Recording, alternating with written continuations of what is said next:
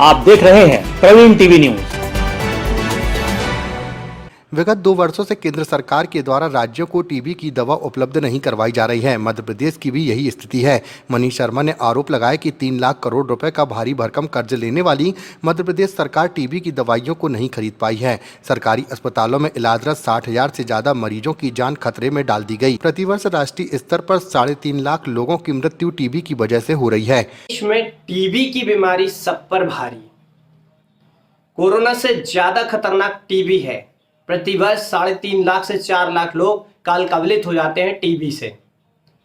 67,000 करोड़ रुपए का भारी भरकम बजट होने के बाद दुर्गति ये है कि 2 वर्षों से दवाई ही उपलब्ध नहीं है टीबी की सरकारी अस्पतालों में।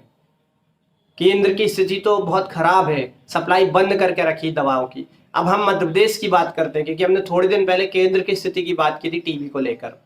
मध्य प्रदेश में स्थिति ये है कि सरकारी अस्पतालों में 50,000 से ज्यादा मरीज भर्ती है और उनको दवाइयां उपलब्ध नहीं हो पा रही। सालों हो गए, उनके जान को खतरा उत्पन्न हो गया है।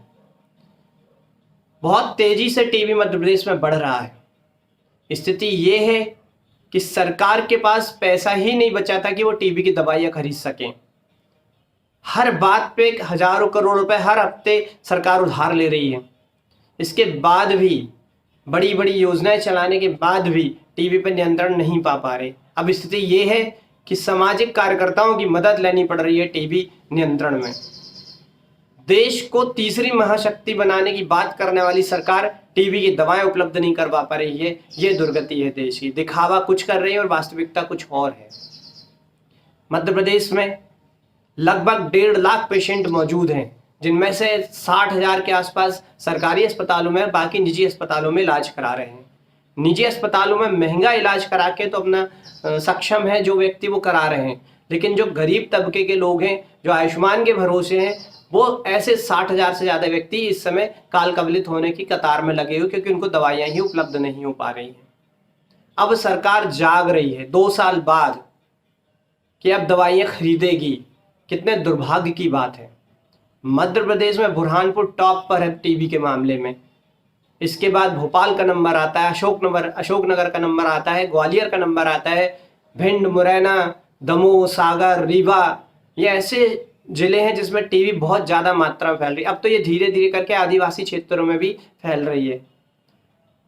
टीबी एक लाइलाज बीमारी नहीं है, बहुत सस्ता इलाज है। डॉट के माध्यम से सरकार निःशुल्क इलाज करती है, लेकिन कब? जब दवाइयाँ उपलब्ध होगी तब। हम एक बार फिर प्रश्न उठाएंगे कि जो हजारों करोड़ रुपए दवाई कंपनियों द्वारा केंद्र सरकार को चंदा दिया गया इलेक्ट्रॉल बॉन्ड खरीद के, क्या वो दवाइयाँ उपलब्ध नहीं करा सकती? हमारे नेता कहाँ चले गए? जनप्रतिनिधि बड़ी बड़ी बातें करते हैं, देश को ये बना देंगे, वो बना देंगे। दवाइयाँ तो उपलब्ध करा दीजिए अस्पतालों में। जो 2020 से लेकर 2025 के बीच राष्ट्रीय टीबी उन्मूलन जो योजना थी, हमें तो नहीं लगता कि 25 तक कुछ हो पाएगा। उन्मूलन क्या, हमें लगातार बढ़ता हुआ मिल रहा है। हर साल 20-25% की वृद्धि हो रही है। सरकार बड़ी बड़ी बातें करने से बचे।